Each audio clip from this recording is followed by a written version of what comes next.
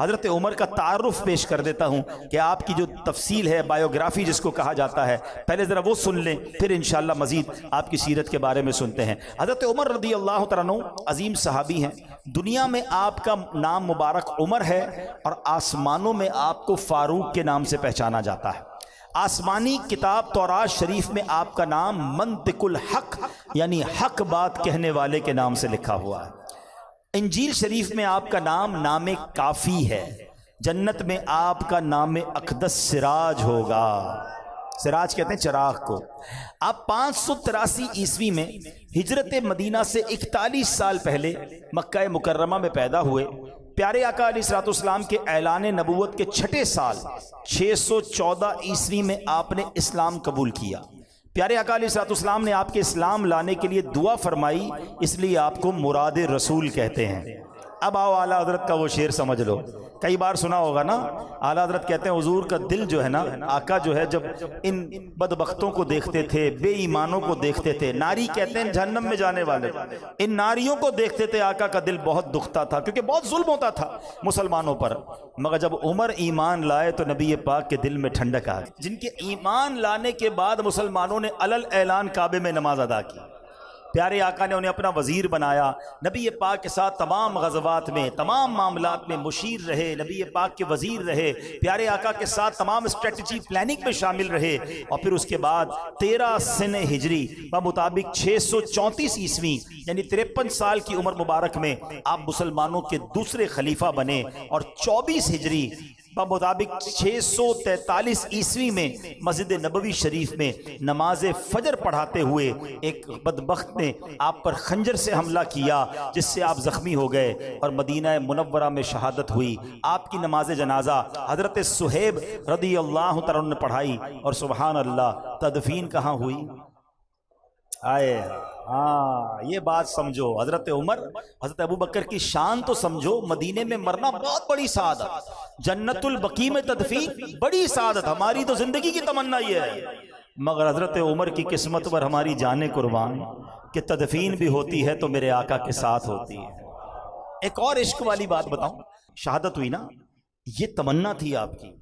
हजरत उमर की दुआ है और आज तक उलमा उस दुआ को, हदीस की किताबों में दुआ है, अल्लाहुम्मरज़ुक़ना शहादतन फी सबीलिक वजअल मौती फी बलदी हबीबिक।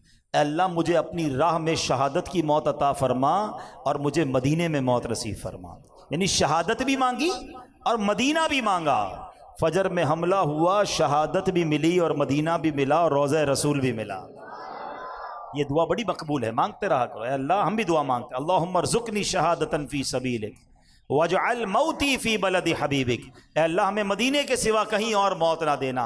हजरत उमर का वास्ता मेरे मौला, मदीने में ईमान वाली, आफियत वाली, शहादत वाली मौत हम सबको नसीब फरमा।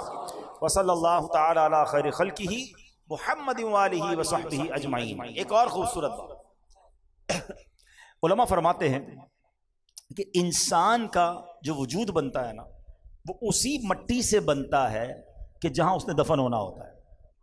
ठीक है ना। एक जुमला सुना होगा आपने, पहुंची वहीं पे खाक जहां का खमीर था। यानी जिस मट्टी से मैं और आप, जिस मट्टी से बनाए गए हैं ना, उसी जगह जाके दफन होना है। ये अल्लाह की शान है और ऐसा होता भी है। बुजुर्ग बैठे, इनसे पूछें, कोई बंदा दुनिया में पता नहीं ट्रैवल करता करता कहाँ पहुंचता है, उसकी वहां मौत आ जाती है। लोग कहते हैं इसकी वहीं लिखी हुई थी। थोड़े दिनों पहले देखा ना आपने, $2.5 लाख देकर भी समंदर की तह में गए ना, क्योंकि मौत वहां लिखी थी। कुछ 28, 25 लाख दे के गए, वो बेचारे डूब गए। मौत वहां लिखी, जहां लिखी है ना वहीं आएगी। और जिस मट्टी से बनाया उसी मट्टी में तदफीन होगी। ठीक है। अब हजरत उमर और हजरत अबू बकर सिद्दीक को किस मिट्टी से बनाया गया? हाँ, ये समझो बात। उलमा कहते हैं जिस मट्टी से नबी पाक की तख्लीक हुई है ना, उसी मुबारक मट्टी से हजरत उमर और हजरत अबू बकर सिद्दीक की भी तख्लीक हुई है। बिल्कुल साथी है ना रोज़ा रसूल पर। यानी उसी मट्टी को, यानी अल्लाह करीम ने पहले से ही चुन लिया था इन्हें। ये नबी पाक के वो साथी हैं जो सिलेक्टेड हैं। अल्लाह की शान देखो कि अल्लाह ने इनको ये मर्तबा कैसा अता फरमाया। और सुभान अल्लाह, एक बार नबी पाक सहाबा के सामने आए। प्यार कितना था पता है? नबी पाक हज़रत अबू बकर सिद्दीक और हज़रत उमर में प्यार कितना था कि एक बार नबी पाक अपने सहाबा के सामने आए, सीधे हाथ में हज़रत अबू बकर सिद्दीक का हाथ था और बाएं हाथ में हज़रत उमर फारूक रदी अल्लाह तआला का। आज सहाबा के सामने आए ना, कहा देख लो जैसे आज आए हैं महशर के मैदान में भी ऐसे ही आएंगे। हाय क्या शान, क्या शान। तो हज़रत उमर की क्या बात करें, सुभान अल्लाह। अब कुछ बरकत लेने के लिए, वाकई सच्ची बात बताऊं, आज जिस हस्ती का जिक्र करने बैठे ना, स्पीचलेस हो जाता है इंसान, अल्फाज ही नहीं है हमारे पास, उनकी हम क्या शान बयान करें, हमारी औकात ही नहीं है, मगर बरकत लेने के लिए कहते हैं ना, नेक लोगों का जिक्र करो तो रहमतें नाजिल होती हैं। हम इस नीयत से हज़रत उमर का जिक्र कर रहे हैं कि हम पर भी रहमतें बरस जाएं और शायद उनकी सीरत से मैं और आप कुछ सीख कर आज खड़े हो जाएं। हज़रत उमर के बारे में आता है कि एक बार नबी पाक अलैहिस्सलाम किसी मामले में फ़िक्रमंद थे, तो फारूक आज़म ने अर्ज़ किया कि हुजूर फ़िक्र की क्या बात है, अल्लाह पाक आपके साथ है, फ़रिश्ते आपके साथ हैं, हज़रत जबरील आपके साथ हैं, हज़रत मीकाईल अलैहिस्सलाम आपके साथ हैं, हज़रत अबू बकर आपके साथ हैं, मैं भी आपके हाजिर खिदमत हूँ, सारे मुसलमान आपके साथ हैं। तसल्ली देने के लिए हज़रत उमर ने नबी पाक को ये अल्फाज कहे।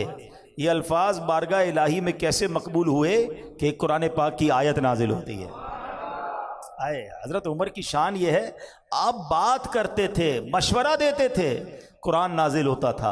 अब सुने क्या कुरान की आयत नाजिल हुई, फ़इन्नल्लाहा हुवा मौलाहु व जिब्रीलु व सालिहुल मुमिनीन, तो बेशक अल्लाह खुद उनका मददगार है और जिब्रील और नेक ईमान वाले।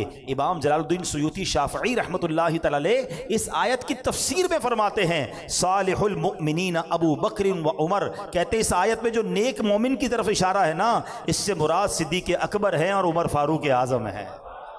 यानी कुरान ने इनको साले मोमिन फरमाया और इन्होंने नबी पाक से जो अर्ज किया, अल्लाह ने कुरान की आयत नाजिल फरमा दी। सुभान अल्लाह। हदीस पाक की मशहूर किताब तिरमिजी, उसमें रिवायत है कि जब ये हुक्म नाजिल हुआ कि अल्लाह पाक के प्यारे हबीब अलैहिस्सलाम की बारगाह में जब मुसलमान गुफ्तगू करें तो आवाज़ पस्त रखें, अपनी आवाज़ को ऊंचा न करें, वरना तुम्हारे आमाल, तुम्हारी नमाजें, तुम्हारे रोज़े, तुम्हारे हज बर्बाद होने का अंदेशा है। अब जब ये हुक्म नाजिल हुआ ना, तो हज़रत अबू बकर सिद्दीक, हज़रत उमर फारूक रदी अल्लाह तआला अन्हु ने बहुत ज़्यादा एहतियात करना शुरू कर दी। हज़रत उमर तो इतनी माइनर आवाज़ में, इतनी हल्की आवाज़ में बात करते थे कि नबी पाक अलैहिस्सलाम को दोबारा पूछना पड़ता था, उमर क्या कहा तुमने, क्योंकि वो बहुत अपनी आवाज़ को हल्का रखते थे।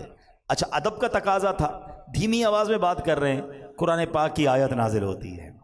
अब सुनो कुरान क्या कहता है, इन्नल्लज़ीना यग़ुद्दूना अस्वातहुम इंदा रसूलिल्लाह। कुरान कहता है बेशक जो लोग अल्लाह के रसूल के पास अपनी आवाज़ें नीची रखते हैं, उलाइकल्लज़ीना इम्तहनल्लाहु कुलूबहुम लित्तक़वा, यही वो लोग हैं जिनके दिलों को अल्लाह ने परहेज़गारी के लिए परख लिया है। फिर आगे इनाम क्या है उनके लिए, लहुम मग़फ़िरतुन व अज्रुन अज़ीम, उनके लिए बख्शिश और बड़ा सवाब है। वो सहाबाए किराम जो बहुत नीचा रखते थे, हज़रत अबू बकर सिद्दीक और उमर फारूक आज़म हैं, तो गोया इस आयत में बताया गया कि अल्लाह ने इनके दिल तकवा और परहेज़गारी के लिए परख लिए हैं, इनके लिए आखिरत में बख्शिश सवाब है। सुभान अल्लाह, सुभान अल्लाह। तो ये हैं हज़रत उमर फारूक।